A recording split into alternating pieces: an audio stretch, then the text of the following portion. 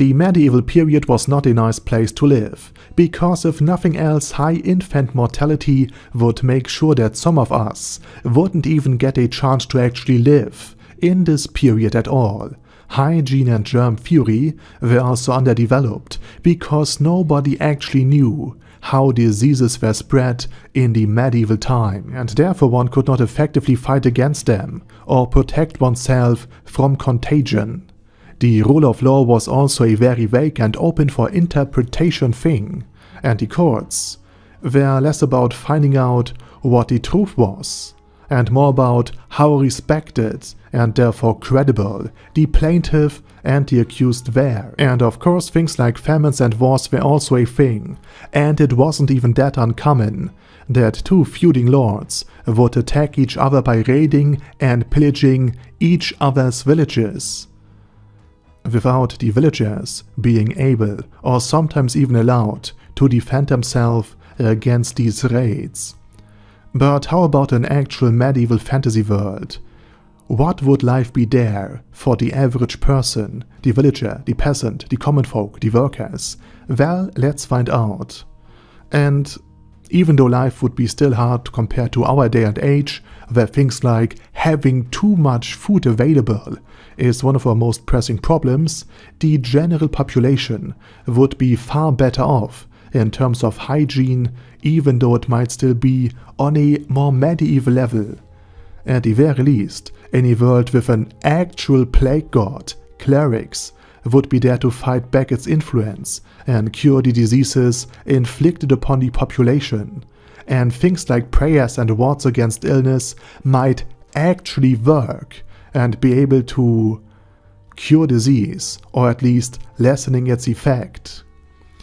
There would also be a lot of ways to improve the life of the average citizen, simply because bigger and more fantastical animals could also be domesticated and then labor in the fields made far more effective than, for example, an oxen or a mule could ever be.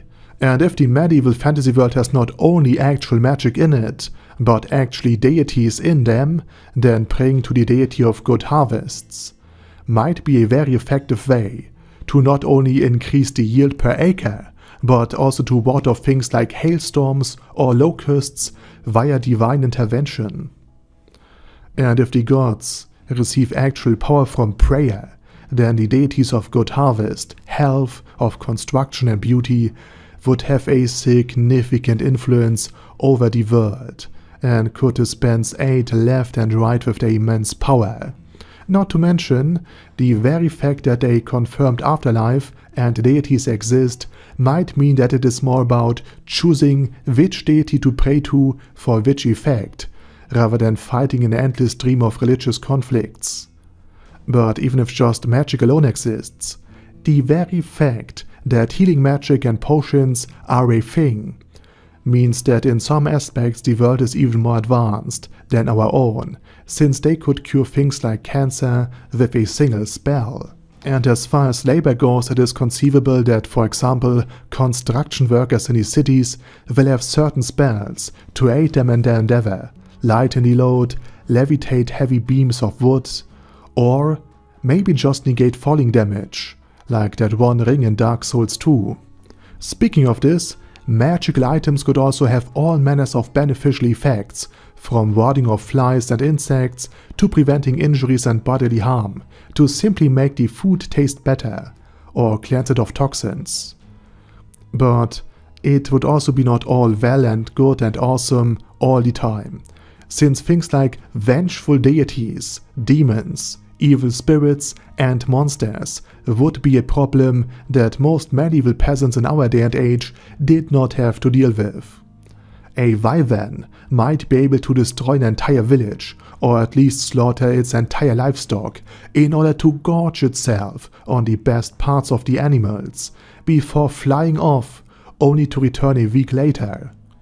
This time looking for the only livestock left in the very village.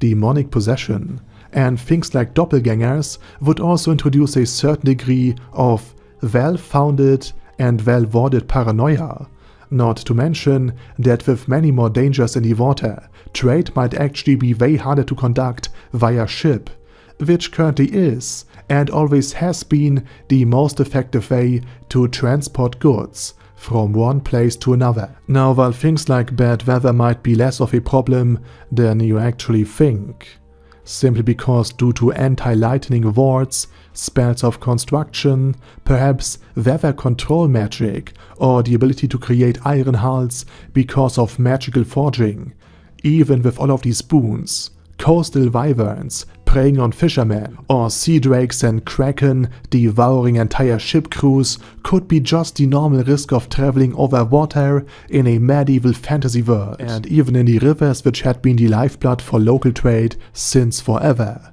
There might lurk things like river trolls, waiting, nearly submerged, for victims and boats to pass by, not to mention that gigantic snakes could also just casually slither around. Aside from this, neither goblins nor orcs are benevolent creatures from humanity's own perspective in most fantasy settings. However, they are usually extremely numerous in nearly all of them. And then there are things like the undead.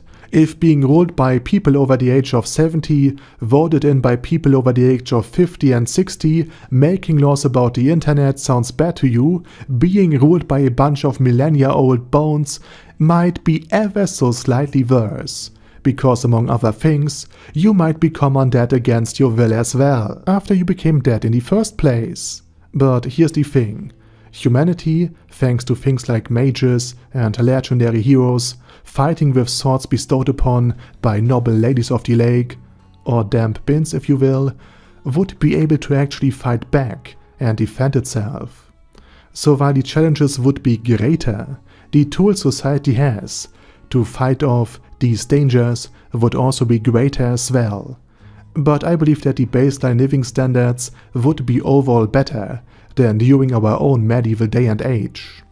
Now, as for the nobility or just people with money, eternally loyal golem bodyguards, access to magic education and casters, the ability to fly, potions of healings, spells of construction, a ring of endurance for certain activities, and the existence of elf girls would make your life pretty awesome, even by our very own contemporary standards.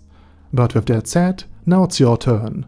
What do you think about how a realistic fantasy world would actually work?